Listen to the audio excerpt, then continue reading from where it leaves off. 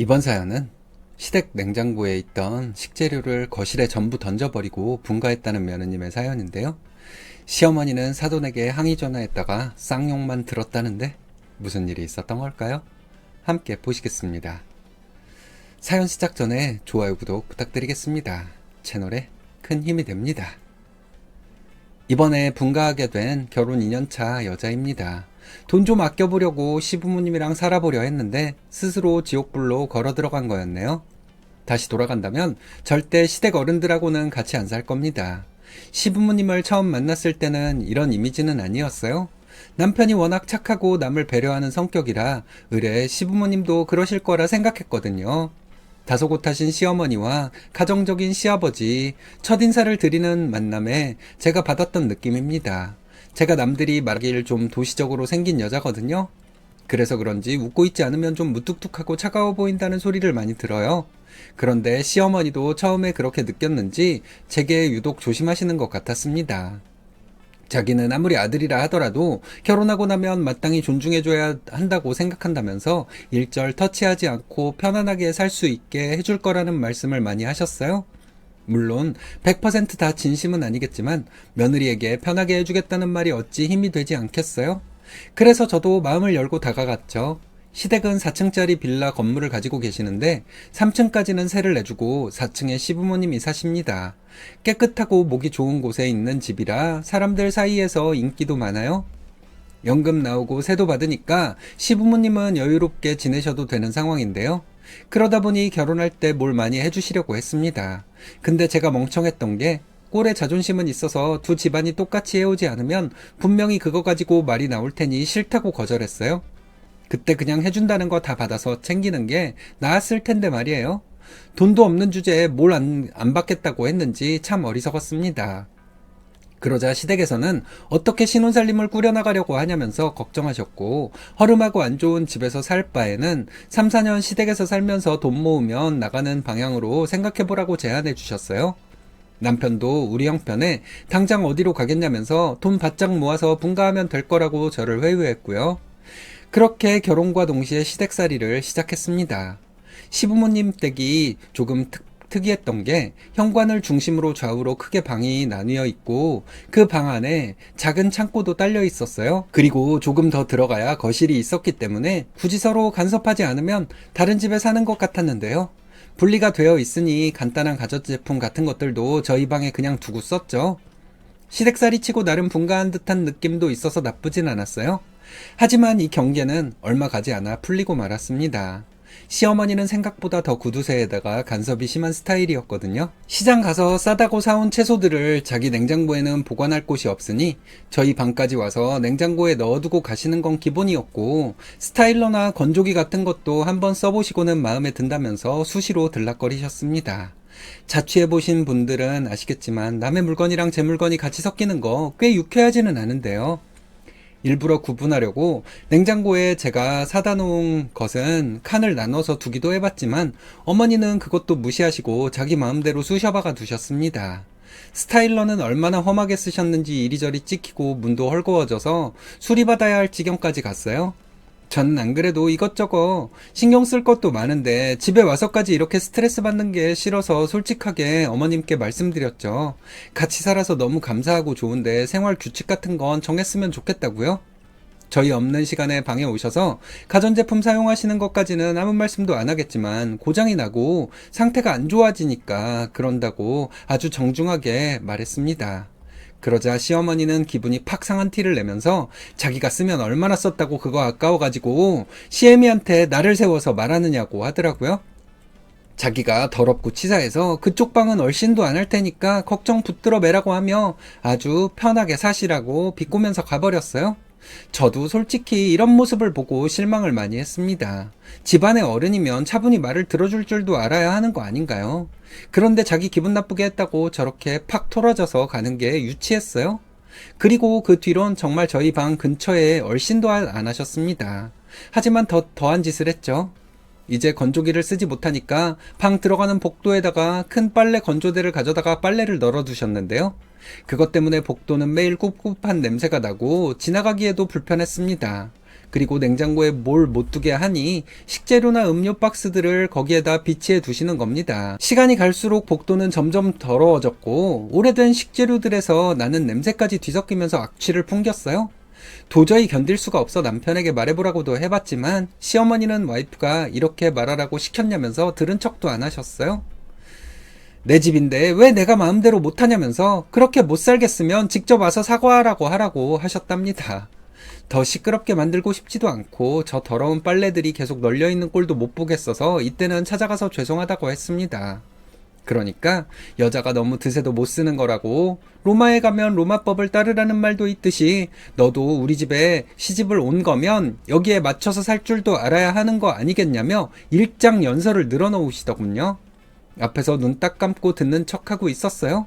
근데 그때 이렇게 하는 게 아니었다는 생각도 듭니다. 왜냐하면 한번 저를 굴복시켰다고 생각했는지 그 뒤로는 더 스스럼 없이 저희 공간에 들어오시곤 했거든요.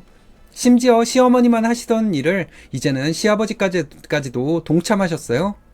밤늦게까지 술을 드시고 온 다음 날이면 저희 쪽에 오셔서 해장국거리가 없는지 살펴보고 가시기도 했고 컵라면을 드시고 싶으실 땐 꼭 저희 식탁에서 드시고 가셨습니다. 쓰레기는 치우지도 않고요.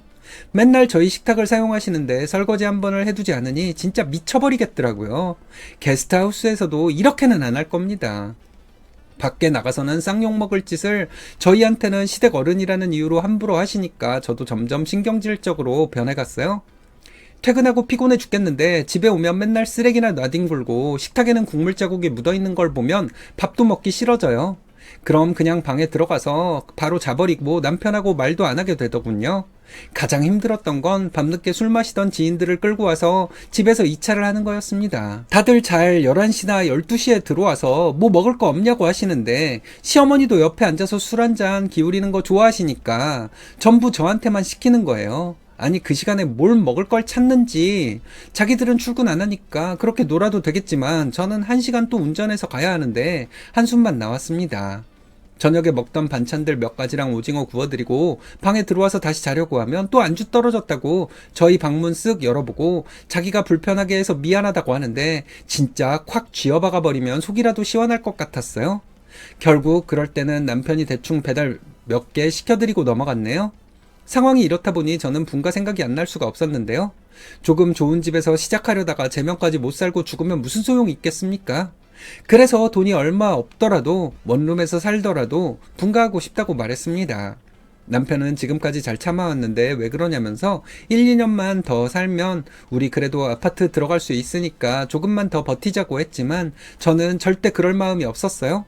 그래서 주변 사람들한테도 물어보고 부동산 여기저기 연락해서 집을 알아봤습니다. 그러던 사이 저희 집 주변 아줌마들 사이에서 저에 대한 이상한 소문이 나 있었는데요. 제가 아주 효부라고 시댁에 살면서 아무리 밤이라도 시아버지 안주거리도 제깍제깍 챙겨드리고 아침 해장도 하게 해준다는 말들이었어요.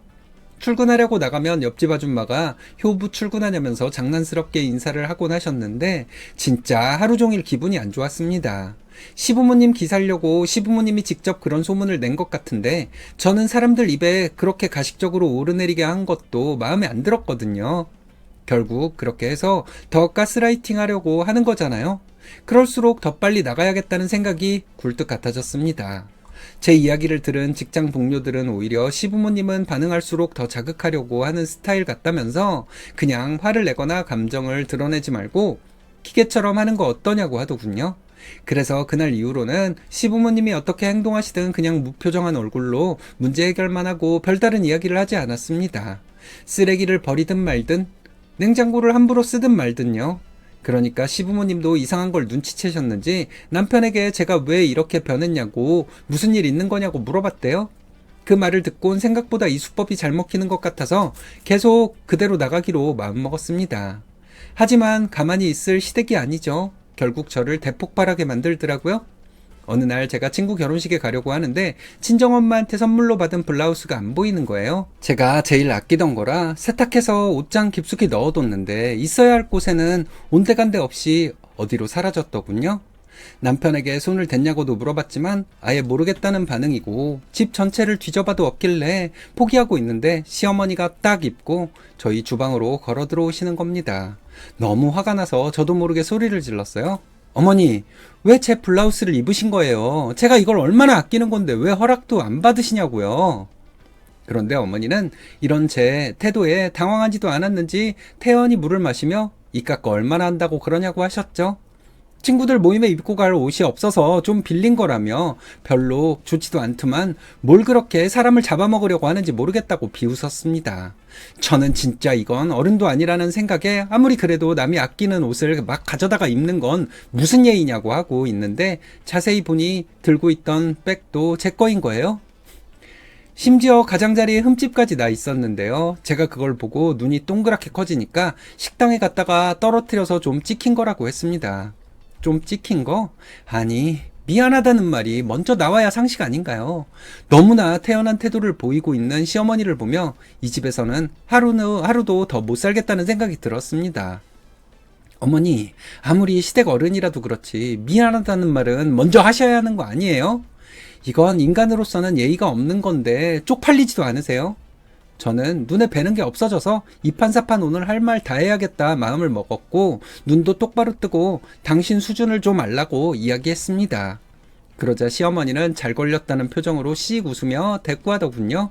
말이 나와서 하는 말인데 어디서 배워먹은 싸가지냐고. 돈 없는 며느리 들인 것도 속이 아파 죽겠는데 시댁 집안일도 하나도 안 도와주면서 공짜로 집에서 살겠다는 게 말이 된다고 생각하냐고 물었어요.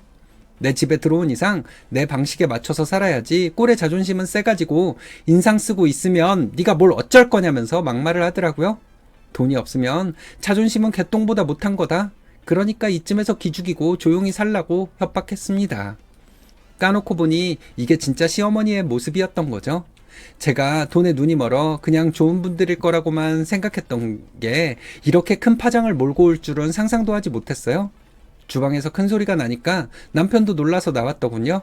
하지만 이 물러터진 사람은 중재를 못할 것 같아 그냥 제가 들이받아야겠다 생각했습니다. 시어머니가 기고만장하면서 저를 쳐다보고 있길래 냉장고에 있는 플라스틱 물병을 꺼내서 바닥에 냅다 꽂아버렸어요. 그리고 찬장에 있던 라면이며 먹을 것들을 바닥에 다 쏟아버렸습니다. 냉장고도 열어서 시어머니가 사둔 식재료를 다 밖으로 끄집어냈죠. 물은 철철 흐르지 채소들은 나뒹굴지 난리였는데요. 시어머니가 이게 뭐하는 짓이냐며 소리를 질렀지만 저는 눈 하나 깜빡 안 하고 말했습니다. 시어머니 법이 이런 거 아니냐고. 개망나니법 그대로 해준 건데 뭐 틀린 거 있냐고 물었죠. 어머님은 위아래도 없고 질서 배려 이런 건 눈꼽만큼도 모르시는 분이잖아요. 저도 그거 그대로 배워서 하는 건데요. 왜요? 제가 동네에 효부라고 소문이 났던데 이런 거 배우라고 그동안 그렇게 가르쳐 주신 거 아니세요? 그리곤 시어머니가 갖다 둔 재료들을 싹 가져다가 시부모님 쪽 주방에다가 던져버렸습니다. 직접 사오신 건데 맛있게 해드시라고 하면서요. 시아버지도 놀라셨는지 방에서 나와서는 저를 보고 계시길래 돈은 당신 아들도 없는 거지 나만 없느냐.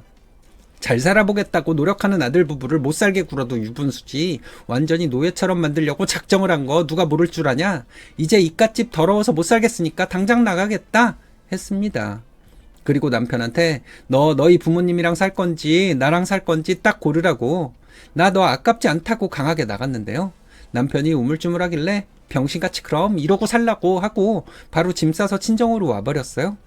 그런데 몇 시간 지나지 않아 남편도 짐을 싸서는 친정으로 왔더라고요. 자기가 저랑 안 살면 누구랑 사냐면서 제가 나가고 나서 시어머니는 제 욕을 하면서 어디서 저런 싸가지 없는 년이 들어왔는지 모르겠다고 하셨다네요. 남편도 그 말을 듣고 있자니 너무 화가 나서 그동안 엄마가 우리 못살게 군 거 맞지 않냐면서 따박따박 맞는 말만 했답니다. 어울리지도 않는 블라우스는 왜 입고 나가서 이 난리를 만드냐. 내가 이혼당하면 엄마고 뭐고 가만두지 않을 거라고 하니 벙쪄서 가만히 있었다더라고요. 이게 자식으로서 엄마에게 하는 말 치고는 폐륜적인 말인데 저는 남편이 기특하게만 느껴졌어요. 저랑 남편은 그 후로 깔끔한 투룸을 하나 얻어서 살고 있습니다. 시부모님 댁에는 주소도 안 알려드렸어요. 절대 마주치고 싶지 않아서요. 시어머니가 친정에 전화해서 왜 딸을 이렇게 키웠냐고 했다는데 저희 엄마가 시어머니에게 욕을 한 바가지 했다네요. 어디 며느리 물건 도둑질이나 하는 도둑년이 사돈 무서운 줄 모르고 전화질이냐고 하면서 다신 전화하지 말라고 했답니다. 남편은 종종 시댁하고 연락하는 것 같은데 낌새를 보면 시어머니는 아직도 뭘 잘못했는지 모르고 있는 것 같아요. 언젠가는 자기 죄에 자기가 걸려 넘어지는 날이 있겠죠. 저는 남편하고 아무런 스트레스 없이 살고 있는데요. 이제야 신혼을 즐기는 느낌입니다. 다들 저희처럼 편안한 날들 보내시기 바랍니다. 못된 시모들은 멋대로 며느리 조종이 안 되면 꼭 사돈한테 전화하더라. 그렇게 해서 항의하는 공통점을 가지고 있더라고요. 지가 한 짓은 빼먹고 며느리가 참다 저항한 내용만 부풀려서 얘기하고, 이런 식으로 며느리한테 누명 씌우면 며느리가 더 엇나가는데 말이에요.